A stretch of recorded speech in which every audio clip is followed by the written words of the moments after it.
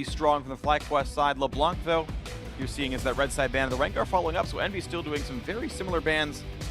You'd expect that the patch didn't change at all. Yeah, actually. I mean, a lot of teams have dropped a little bit down on their priority on the Rengar, especially after the nerfs there. The LeBlanc still definitely super high up there. Varus is really the new one to emerge, and we find him as a almost permanent fixture. Either pick ban in the first phase. Yeah, in the about 25, 26-ish games we've had so far in 7.4, which is NA, EU, LCS, and Challenger, only LeBlanc and Varus are 100% pick ban. Other champions have been left out. We've seen no Camille champ select, no Rengar champ select, and things like this. Graves, though, the king of the jungle with Rengar off, and no surprise here, going to be grabbed up very quickly by Moon, and you can carry on that. And we talk about, oh yeah, they have prepared all these specific, Shaco, or he tried to do the Kindred, or try to do all the Nidalee even really early on. But just go to the gold standard here. To me, Graves is actually the strongest jungle champion right now. There is a little bit of debate. I'm on your side, though. Jat feels Ivern. Some people still are really in love with the Rengar. Kha'Zix's nerfs definitely were quite big, actually, to his DPS. So I still feel like Kha'Zix is tier 1, just not S tier anymore. So this is a fine answer to me, because you don't want your jungle to get pushed down further. Usually, though, we'll wait to see that match, the lane match right there to the third pick. But they want to jump on it early here. And this Malzahar is definitely flexible. Yeah, oh true. Yeah, Ninja can play it in the mid lane, absolutely. And that's actually something they flex very heavily with the mid lane and support. Last split, it was the Karma they kept on moving around, but definitely could throw a little wrench into the pick bans here. As of FlyQuest, though, it's just pretty standard straight down the board here. We get to see Balls on the Rumble again. Yep. One of his most famed champions, although hasn't had quite the original performances that we saw out of him. Sure. Yeah, they're not going to be 25-3 this season by any means, but high. Grabbing the Zed for himself, high priority on this assassin mid laner. It is one of the champs he's made, spent a lot of his competitive career on. He's certainly a very strong champion overall, and it's going to be a counterpick Renekton into Rumble. So interesting champ select here. No mid laner grabbed for EnVy, we assume, and no support grabbed for FlyQuest. Otherwise, mirrored roles in the top and jungle. Yeah, interesting. We get to see if Seraph will try and jump up to the Hex Drinker, or if he actually... I keep on, every time we see a Renekton, and it's actually popped up a decent amount, I keep trying to hype up the lethality build that it was bouncing around in solo queue quite a lot. None of it in pro. even Ray didn't do that. So if Ray's not going to do it, I don't think anybody's going to do it. So it'll probably be the more standard Renekton. Yeah. Bit Bruiser, Black Cleaver and whatnot. Well, for the hope of seeing it, there are no tanks in the FlyQuest lineup unless they're going to run a Braum down here for elimination. It's squishy, squishy, squishy so far. We know Altec's going to be squishy as well. So at least if you were going to go lethality, this is the game for it. So I'll keep the hope alive for you, Kobe. We'll see what comes through. Silverban off the table. Karma Lulu dropped off as well, which really leads us to believe EnVy's going to stick with that Malzahar in the support role. The FlyQuest aren't banning any mid laners, so Ninja kind of gets his pick of the litter for what he wants to play mid. Yeah, I mean, there's a tremendous amount with just the Ryze and LeBlanc, though, cutting down on the top tier. I think they do feel fine. Interesting, yeah, Ziggs ban here to try and block out the AP from bottom side. I think they're trying to make Team EnVy play a full AD comp aside from the Malzahar, because Jace is still left up. We know Ninja's happy to play that champion. We know it's very strong as well. And it's like, okay, well, a Ziggs bot would give you some damage profile, but that's been blocked off here, and Apollo gets to take a very late Hey! He left it in! Whoa, they're playing Mordekaiser! This is awesome! Mordekaiser, Nautilus bottom lane. FlyQuest bringing out the awesome things. Yes, we got a kill bottom lane here from FlyQuest, bringing back the Mordekaiser. I was about to start prepping up the crowd control that you would want to add to this FlyQuest lineup when you're talking about how squishy they are, Freak. But they've got 2 tanks in the bottom lane now. Mordekaiser are semi-tank. But honestly, super excited to see the way that this does change it, because dragon control becomes so much more important with this. And FlyQuest, when you have pushing lanes like this, and you have threatening lanes, that really does help out with controlling the dragon when you have a Graves and trying to get that early dragon ghost for your Mordekaiser on the bottom side. We would expect Moon actually to try and play around bottom side here, but again, you've got this matchup on top side where Seraph's going to try and go aggressive with his counter pick Renekton. So I'm very, very curious actually to see the jungle path for this squad and how they actually try and prioritize, if they even do look for, you know, early dragon ghosts. Sure. Yeah, you're going to assume that they want to get that and start getting the pressure in. But this is an interesting game. It's, yeah, Zed versus Talon in the mid lane. I mean, this is just so many cool things in this game. And this is one of the matchups that has, for so long, been a lot of people's favorite matchups for the mid lane. These double melee, double assassins in the mid lane, because you get to see the attempted outplays with the different ultimates and who is able to hold onto their ultimate longer to try and negate the opponent's ultimate. Sure. And dodge out most of the damage. I do like Talon in this matchup, and even though it is, you know, skill-based matchup here, I give a slight edge over to the Talon. I'm curious to see how Ninja will perform on it, though, as I don't think that we have had a Talon in the North American LCS this split. I don't believe it. It's going to be the first Talon in North America we do believe is here. We go into the game. FlyQuest sitting in around 3rd place. Team Envy, unfortunately, in 10th, but we know that Envy are climbing up. I've heard several players say this team is better than you think. They are not a 10th place team. This squad looks good in scrims. They're looking better overall. But all I can really say is we've got a Mordekaiser's bot lane, and I can't stop being excited about that. This is why we said we were excited for the champion select of this matchup, Freak. Get a Mordekaiser bottom lane and a Talon in the mid. Double relic shield. Yeah. Lemon's going to be rich. Right, okay. So for the Mordekaiser bottom lane, you get a lot of sustain out of those double relics, as well as his W, but you still, to me, anytime I see that sort of lane, would think that there would be some extra jungle shenanigans ending on that side of the map. We'll see if they fight over Scuttle Crab super early as well, because when you're in this sort of situation, it is optimal to try and get down there to get the bottom Scuttle Crab.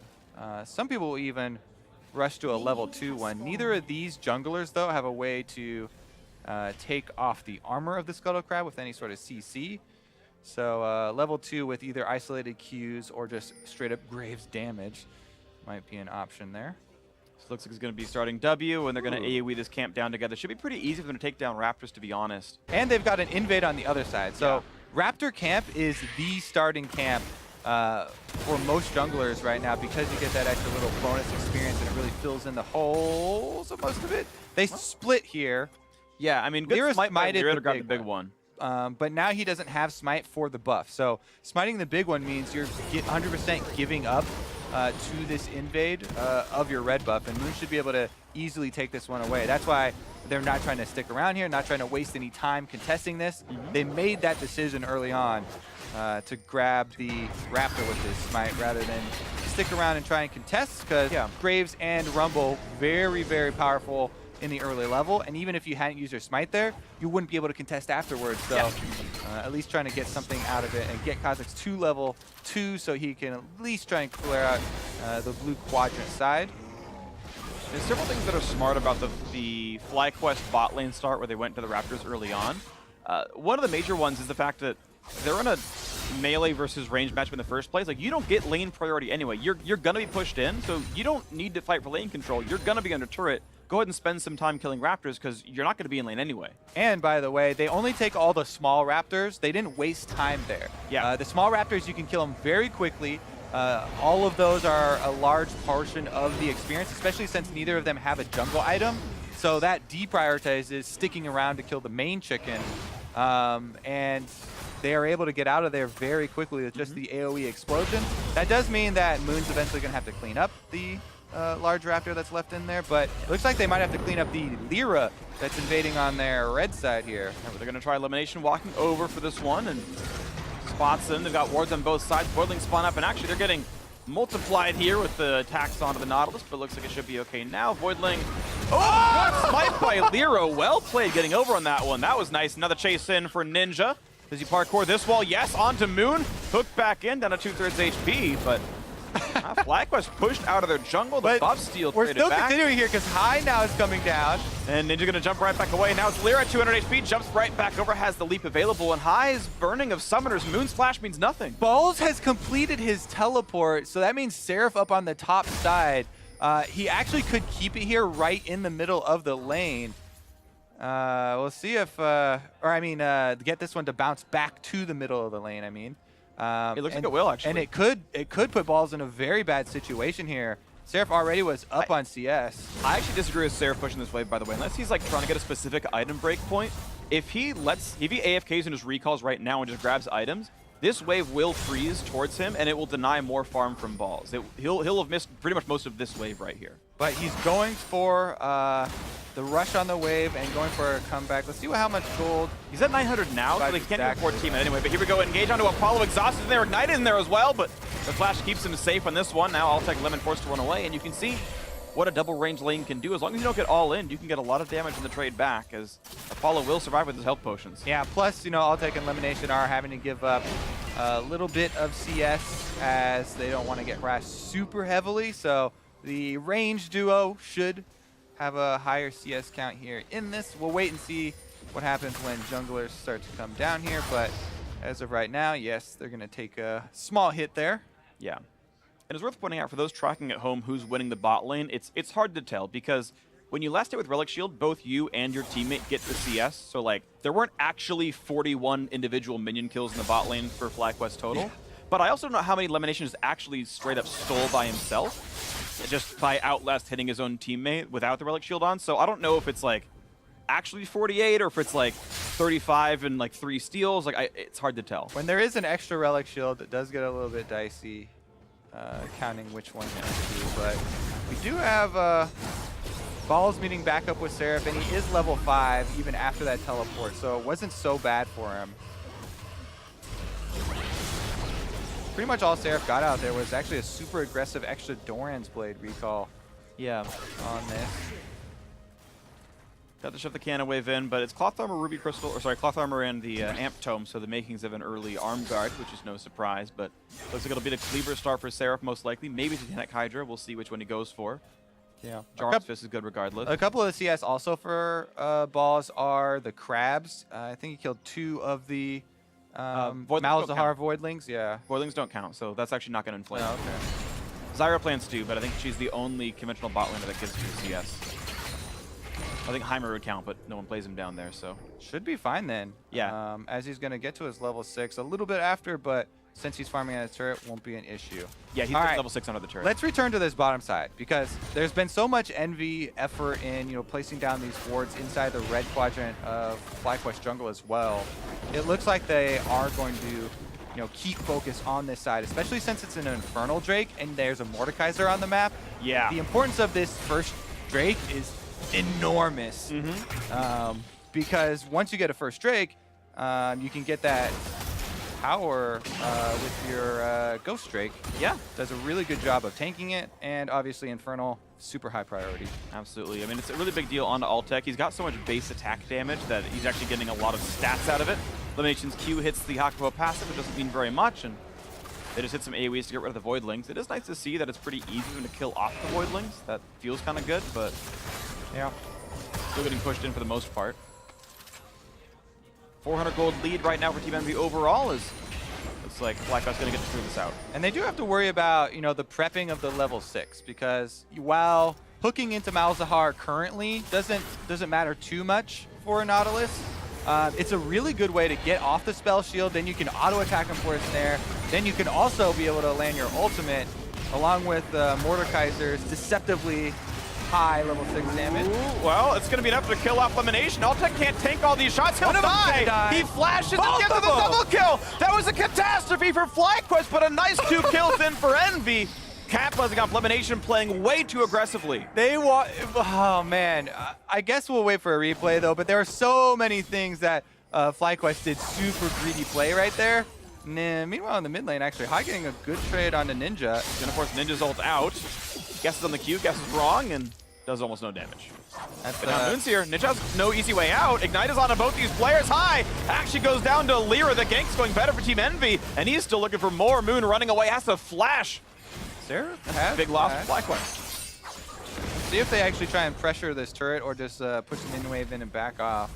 Guess they are going to reset after that one. Such a big snowball here for EnVy though.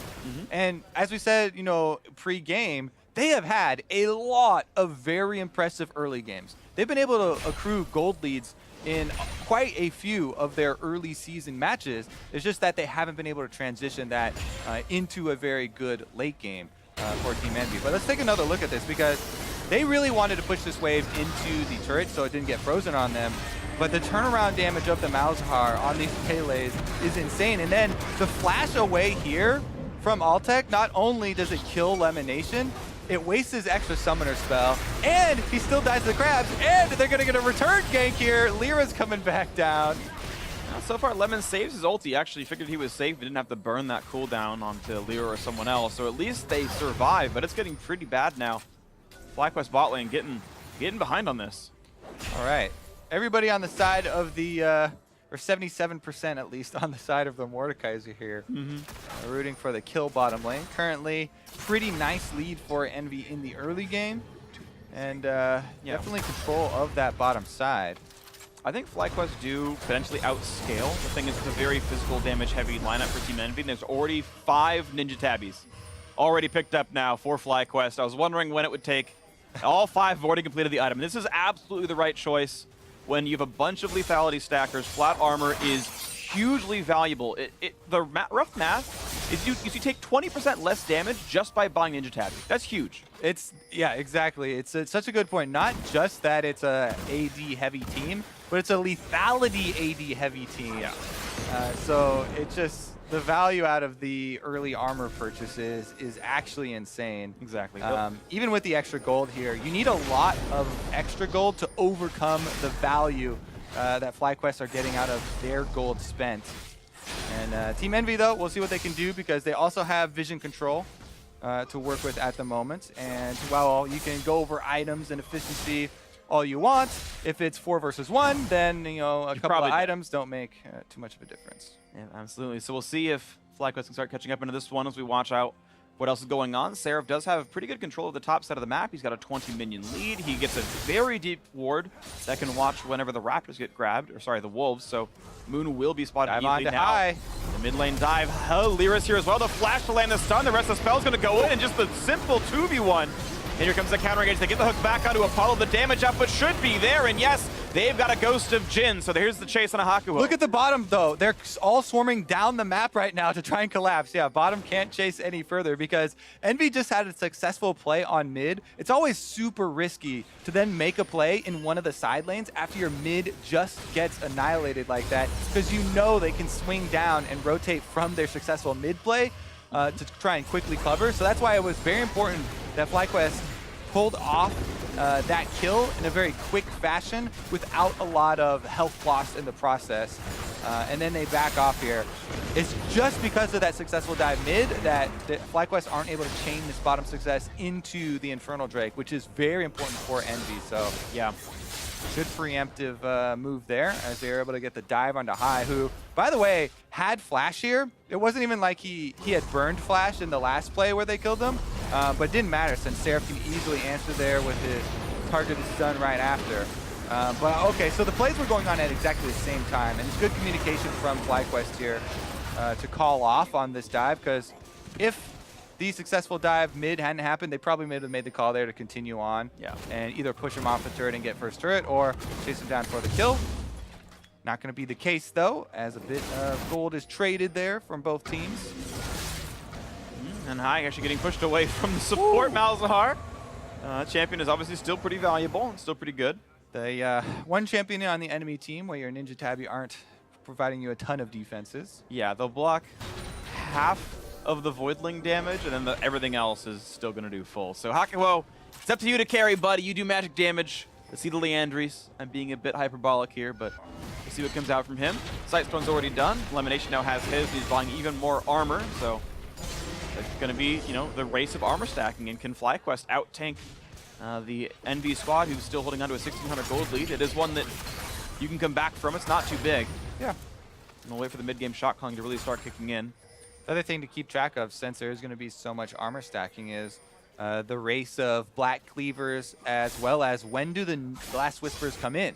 Right. With that, only bonus armor penetration. Those actually might have pretty decent value in this game Absolutely, yeah. Your Last reaction Whisper towards it. itself is very efficient now. It's much better against builds like this where everyone's got at least 30 bonus armor and in many cases much more. Ooh! Voidling blocks elimination Q. Now the entry back in, Apollo wants to get a bit of damage here, and there's the ulti in as well from Hako. A lot of burst damage. Lemon gonna flash over the wall, stays safe. Talent can't quite assassinate, but Ninja gets a lot of damage. And the deadly flourish now on the backside. High finds out the opposing support and gets the kill.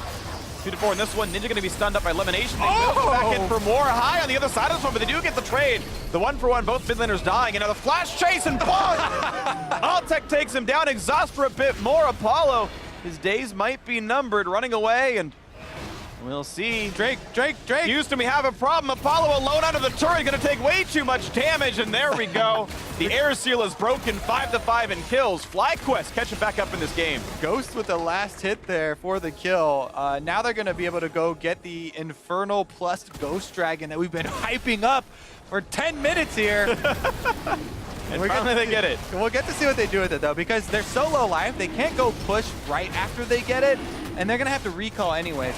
They might not even be able to get much value out of it besides, yeah, we got an Infernal Drake, which is insane right there. Still good, yeah. But they might not be getting too much extra out of it, and it might just be a little bit of a nuisance here for EnVy to have to deal with. Look at that dank micro, But we'll though. see. Hey, he's sending it mid lane. They might actually just get some pressure there. Help out High to get his minion wave pushed up. High is getting beaten pretty decently in CS by Ninja with the counter pick. It would be nice to get him a little bit of help. But here we go again. The open up on the Nautilus. Both ultimates are going to be used on him. The important part is Moon gets a lot of damage dealt while Hako is channeling that ult. And High comes in from the backside for the assassination here. To be able to pick off one and then keep track of his shadow. Like the decision here to go try and, even though he was pincered and was going to probably be forced down under that turret, goes in there for the extra pressure onto the... Oh, another fight is breaking out, actually. Same play as Return to the future. Ult coming back in. A lot of damage. Elimination's going to go down right away. Sarah with kill credit. And now Altec alone under the turret. Going to chase Moon away. EnVy's got everyone here! Yeah, EnVy's got everyone here. Quick 2 for 0. Not even a problem for them. And okay, they're going back into this game. First turret still has not been taken. High going to race the EnVy quad group. And that's not going to matter. Here we go. First turret goes down in the bot lane. The party for Team EnVy works out. Balls was unable to join. He did not have teleport available. Seraph did, and that's what turned it around, really. Successful double kill there for Team EnVy. Plus, they've been able to defend at least mid. Let me check in on the top health. It's getting pretty low. The top turret health is going to be dicey. The next minion wave will arrive very shortly. He's fine. He can take a shot if he needs to. And Seraph here won't have his teleport. Won't matter too much. Yeah. It's worth pointing out, we are on 7.4. First turret gold is now 300 gold instead of 400.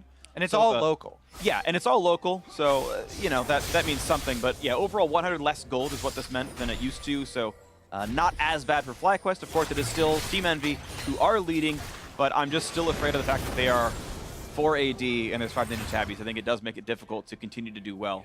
And the Infernal Drake. So you can't just look at gold when you're looking at, you know, where the teams are right now, right?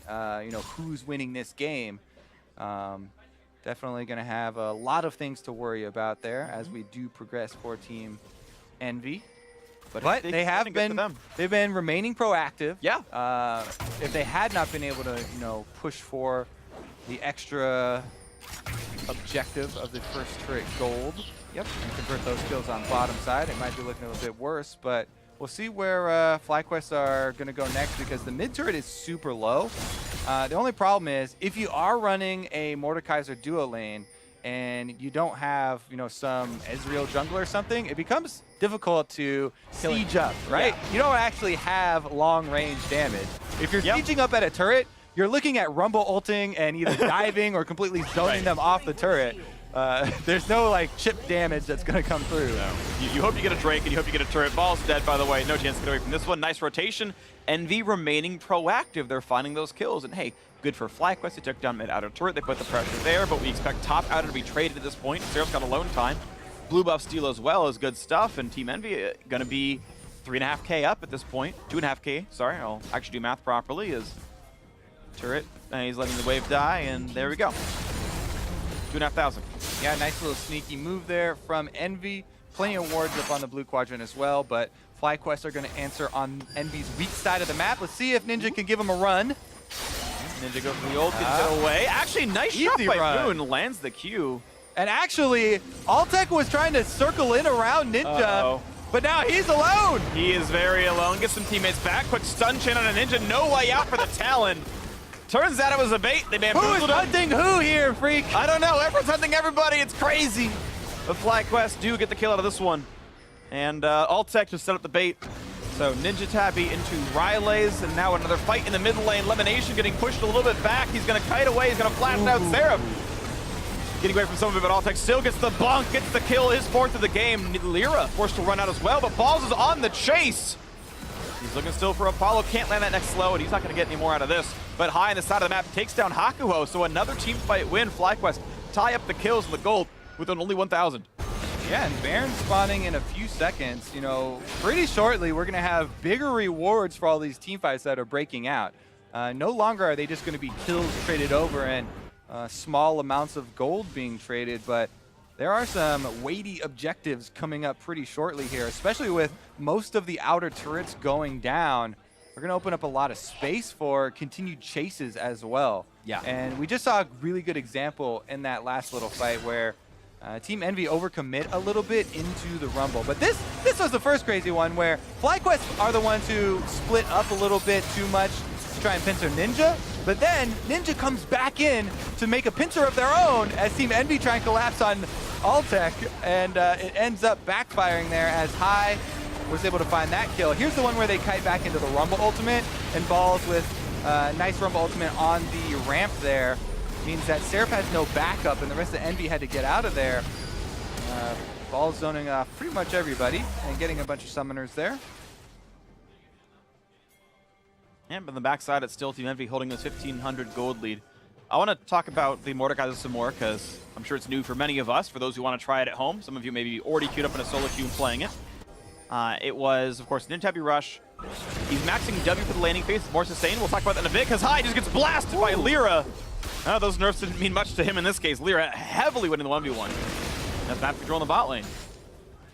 All right. Power, baby. So back on Mordekaiser. Max W for the landing phase. You're usually against ranged champions. You need sustain. Ranking up W gives you sustain. It gives you more shield generation via the damage. That helps you stay alive. Maxing Q second is easily the best choice from that point because it's where all your damage comes from. So as you transition later on in the game, you get some levels. Where we get the big bonks from? Yeah, so you get the big bonks from. It does like 800 damage, something stupid.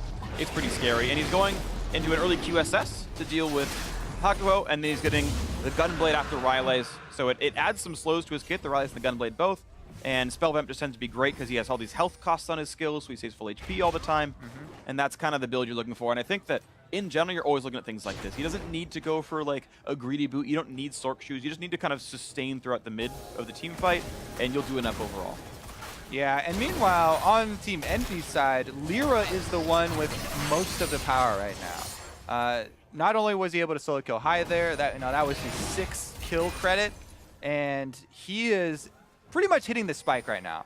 From this point on, it's going to get more and more difficult for him because more armor is already being stacked on FlyQuest's side, and it becomes much harder to assassinate people when FlyQuest start to group up like this. We're transitioning more towards the team fighting and grouping phase, where even if you find a skirmish, there's probably going to be at least someone from the MET joining, and the isolated kills there are going to be much harder to come by. So Team EnVy are now going to start facing the real issues here with their triple lethality and quad attack damage squad here. They do have one Black Cleaver on the front line. Seraph is going to try and give a little bit of shred to help out with the lethality builds. He's got Sunfire, so helps a little bit. He's got the ulti, does magic damage, like it's kind of there. But as we've said, it's super difficult for EnVy to jump into this FlyQuest squad because you're jumping into all these short-range melee champions that want to be there anyways, plus a Rumble ultimate, which makes it very hard for Seraph to navigate. So if he goes in for Black Cleaver Shred on the whole team, he's gonna die for it.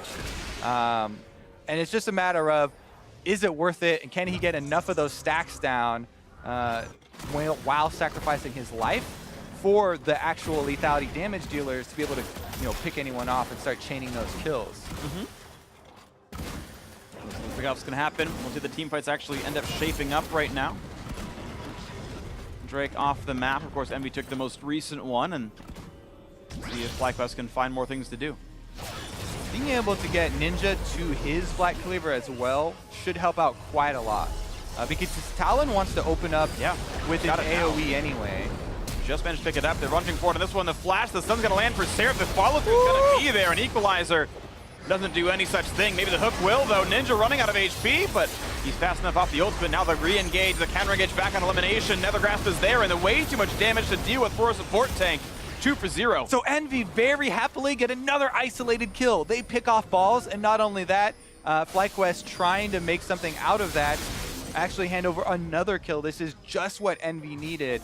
More of these pick off and isolated kills so they can try and really utilize this vision control that they've had for quite a while, but haven't really been able to transition into super big objectives. Yeah, they did get the Mountain Drake, but that doesn't really crack open the game, and they're looking to turn that Mountain Drake into either more Baron pressure. Oh, actually, 3v5 high diving the turret.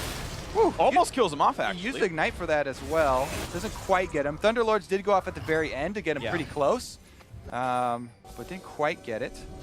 Yeah, but this is the, we talked about it in pregame, the sort of high risk, high reward shot calling from FlyQuest. High specifically, it's like, this is 3v5. Your top lane or your top lane and support were dead. And he's like, yeah, we're going to siege mid, I'm going to tower dive somebody. That's high in a nutshell. Is it really that high of a reward if you kill the support under his own turret after they have all their lanes pushed up anyway, though? No. It's 300 gold, though. Yeah. Makes your stats look good. He's 2-4. And it would give them some time to try and fight that vision fight that we're talking about, to try and clean it up and maybe remove some more of the opportunities that EnVy have had for these pick-off kills.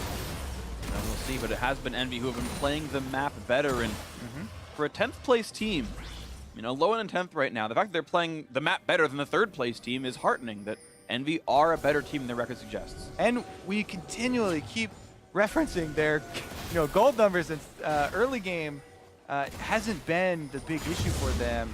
It has been once you drop all the outer turrets, once the Baron is on the map, and the rotations start to come into play, that they really started to struggle. Here we go, though. Yep, coming into play is Seraph hooked into the team, jumping over the wall, running away right into Altec, and he's going to drop his life first. Hakpo is next up. The Equalizer just stymied the engage. Ninja now here to re-engage, looking for a big ulti. Some decent damage, but Lemonation walks in, face tanks the curtain call, and is just that for EnVy. Looking for a bit more, actually. A heavy engage, and Seraph's ghost is going to die for it. Doesn't matter, but it's Ninja getting him a 3rd kill. I think Ninja was on the same page as the rest of the squad with that little bit of parkour.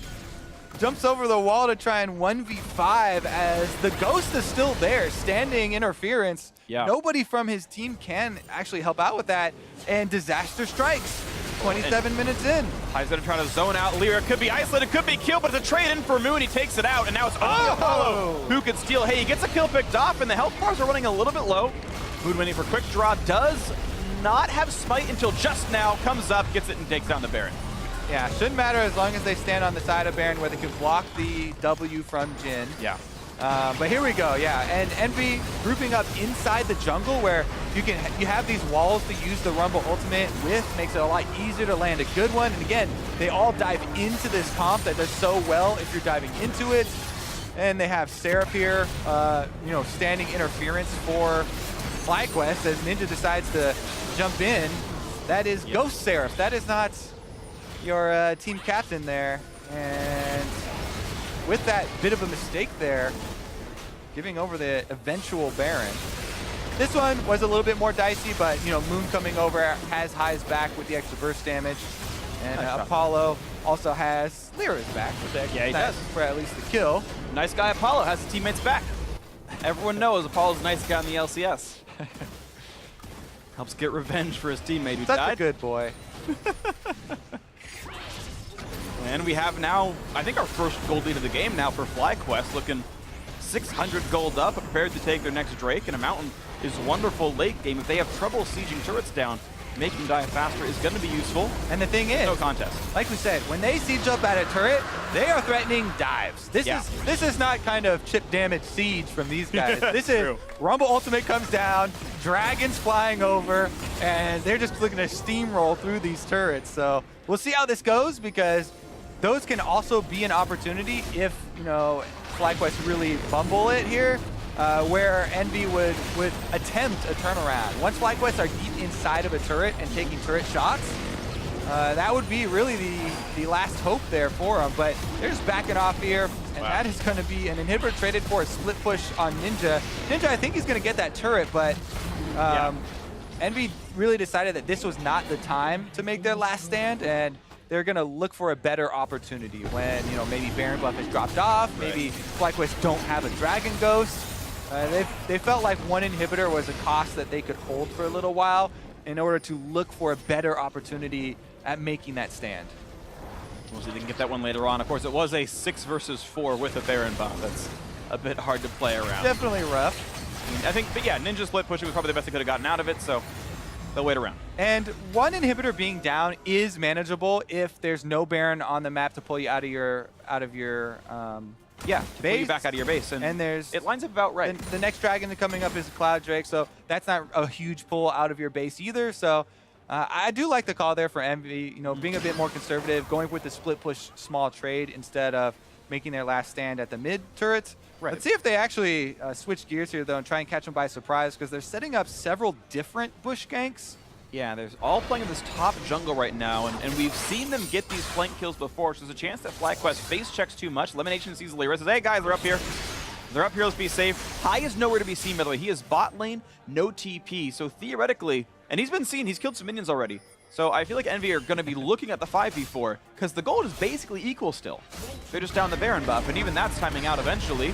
Elimination dropped down a half HP, flashes away to get out of the rest of Nethergrass, misses the hook out though, and Elimination barely surviving with his shields. Courage finally popped, but Lyra still wants in. Isolation's going to be there. One more spell will kill him. There we go.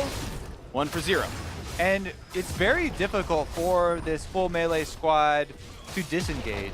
I mean, yeah, they have the Rumble ultimate they can try and throw down to dissuade people, but you have to play a bit more back and a bit more respectfully if you're going for this split push with Zed on bottom side. High got 2 turrets, so, you know, technically FlyQuest got more gold out of it. I don't think FlyQuest were in a position where they did have to give up anything for those turrets, though. The first one was super low already, and in that case, EnVy, I think, are actually okay with, again, getting a small traded back, because they're definitely going to get pushed around here.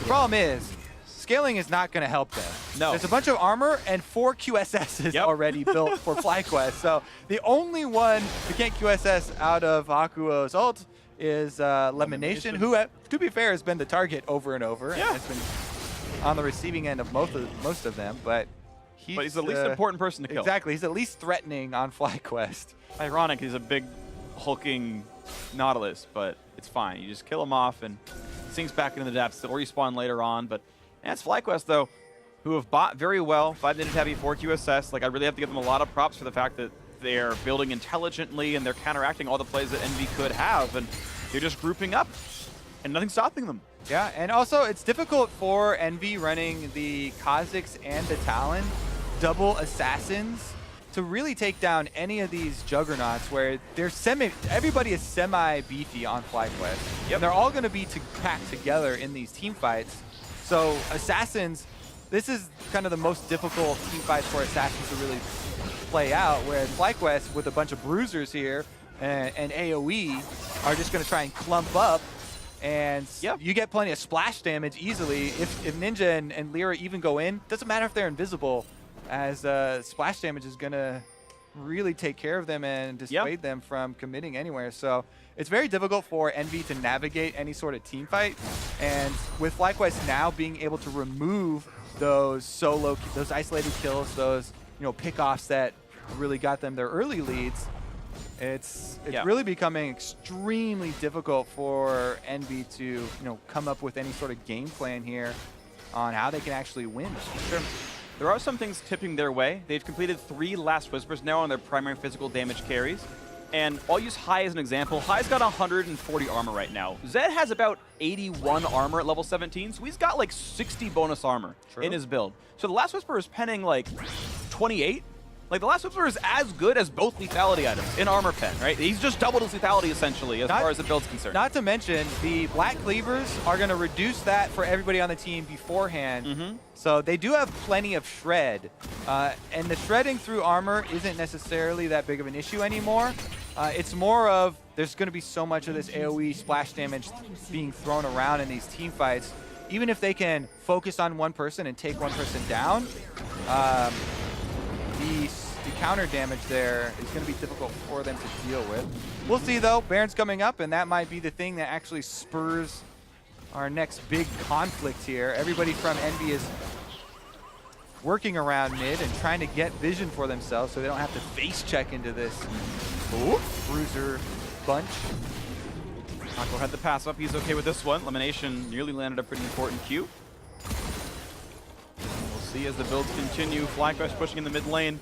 They know that mid inhib is back up. They know the Drake and the Baron are available for the taking. And Mordekaiser, I mean, even if it's just, you say just a Cloud Drake, and I understand the point, but it's still a Mordekaiser Drake. Spectral Drake. Yeah, it's a Spectral Drake regardless. They've got all kinds of elements coming in here. So there we go. He's completed the rainbow and now into the front line. Elimination rooted up, and look at all the damage. Everything picked off the support tank, but let's look at the re-engage. It's a 4v5 that FlyQuest can still win because the Dragon makes up for the loss of Elimination. They can't chase anyone down, though. They get separated here. EnVy are disengaging, but even with the extra kill, high go, passes in. Forces Lyra to leap away, can't get the kill. Death Mark gonna pop and do about 300 damage. Doesn't mean too much here. FlyQuest replacing their dead elimination with the ghost of a Drake, and looks like it will still be EnVy retreating, but a Drake for a kill, I feel like if the Drake doesn't do anything else, reasonable for EnVy. Yeah. Debatable that one, I guess. I mean, maybe, right? Yeah. Drakes are good, obviously. Drakes are definitely good. EnVy showing that they can hit and run, but you could tell there's no way that they actually win that team fight, even with the extra kill if they stick around. So it becomes a question of, okay, so yeah, we can hit and run and maybe we can get a kill and escape with our lives at the cost of map control. Yeah. It's not just one kill for a Drake. It's one kill plus a Drake plus we have to leave everything else on the map. Like we have to actually leave and go back to base and heal at that point. And it's more about the game plan after that, which has been the area that FlyQuest kind of struggle with, right? Or I mean, EnVy have struggled with, right? True. They have been able to set their sights on kills and gold and be able to get, goal number one of getting a kill or something like that. It's been transitioning that into some sort of objective that actually leads down the path to a win that has been troublesome for them. Yeah. Right now the teams are grouping around Baron, and well, how about the positioning? Ball's going to be on the ball. Actually, that's a good target to go for right here. Equalizer gets on a Ninja. They get the kill on a Hakuo. One on the Ninja as well. 2 for 0 so far. Looking for a third, and Seraph. He's tanky, but Guardian Angel is popped, and there's more chase in for Moon and double kill for the Graves player. And this is going to be a cleanup. That's the 4th kill in a row now. That could be game over now as FlyQuest can push right into the open mid lane. Yeah, they don't even have to go for Baron. They can run straight up, take the inhibitor, and march into EnVy's base here. Does Altec have the Ninja Ghost? Let's see if the Ninja Ghost tanks the Nexus turrets here. Apollo's going to try and cut the wave, but there's people here. There are, but he does kill off most of the minions. There's only one left alive, and that one is enough because the Ghost can tank. It's enough to break it down. You're right. The tanks are there, so it's probably going to be game over. Team EnVy with a fun team composition. The Mordekaiser Nautilus bottom lane, they suffer through EnVy's early game. They make it out into the mid, and with Drake control, they've taken it down. Game 1 to FlyQuest and Mordekaiser.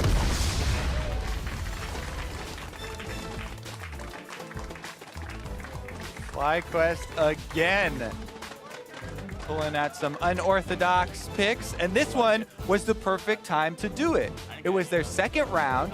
They saw, AD heavy squad from Team EnVy, and they go, you know what? Bunch of AoE bruisers. Let's just clump up. Everybody buy Ninja Tabbies. We should be able to comp win here. Yeah, and I do love that, right? There's the individual player intelligence, like, ooh, this is a Ninja Tabby game, but also I feel like there was a certain degree of it was Think Card, it was Elimination, or it was somebody who's like, guys, it's all AD. First item Ninja Tabby, everybody. Elimination did first item Ninja Tabby. He had a Relic Shield and a Tabby. There's no Sight Stone. There's no, secondary whatever. It's just all armor tank items. And, every single person built, QSS third. It was like, don't screw this up. Have both these items by 10 and 30 minutes. and then we'll just team fight them. And the plan worked. You go into the game with that good of a plan and that good of a setup, even if you run into some hiccups, like bottom lane gets double killed. You know, they're diving down there, they get this first turret gold. Those things can be overcome, and that's when we show that, you know, team comps can be built to withstand, you know, a few thousand gold in the early game. Didn't matter quite as much. We do have some replays as we're gonna, you know, go over the post game here for that setup. The final fight. And we do have the final I'll bring it up. We got a final battle. As you can watch this one, it's a 4-0 into the game ending. And this is another case of, like we said, there's so much of the AoE on these bruisers. Where do all these assassins on Team Envy actually navigate? There's no safe space to go in and attack someone. They're either taking Flame Spitter, Rumble Ultimate, High's going in to assassinate the squishies, Moon is firing off giant shells of Graves damage here, and Ninja got almost annihilated instantly. Lyra got maybe 1, maybe 2 Qs off in the whole fight. Even if you are, you know, ahead and you do have these lethality builds and you do have your last whispers that you're talking about and the shredding coming in from the Black Cleavers, there's no space for you to get in there. And Team FlyQuest come away with a well-deserved win. And it does a lot of it come down to, we talked about the items from FlyQuest, but also it comes down to what you were talking about, which is just how classes fight. Like, by nature, a bruiser should beat an assassin. Otherwise, assassins just start broken, right? and the fact that, like, right, like, if Zed is balanced or you know, properly strong to kill a Jhin, like, he's not supposed to be able to also kill the Mordekaiser and the Nautilus and the Graves, who's, like, building a Ninja Tabby and whatnot. And so you got a bunch of champions who are supposed to prey on isolated squishies, and no one's an isolated squishy. And that's just really important to bring up, that the way they played the game said you shouldn't have a way to beat us. It just shouldn't be possible. Regardless of the gold, if it's not 10,000 off, your champions won't stack up against ours. And that's how the game played. And it's super fun to see a theory-crafted win actually play out. And even overcome some hiccups, because while it is, you know, an advantaged comp here from FlyQuest, you don't instantly win the game. You have to stick to your tenets. You have to stick to your, all right, everybody, buy your Ninja Tab, you know, do your due diligence here. And, you know, not spread out. They did give up quite a few isolated kills where, you know, Balls was split pushing, and Envy rightfully punished him. They were able to, you know, get over there, make use of their mobility on their assassins and get in for the quick kills and get out a couple times. But again, it's about our step from how can we gain a little bit of an advantage from killing people and accruing a small gold lead to where's the actual end of this pathway? Where does it lead to Nexus Explosion?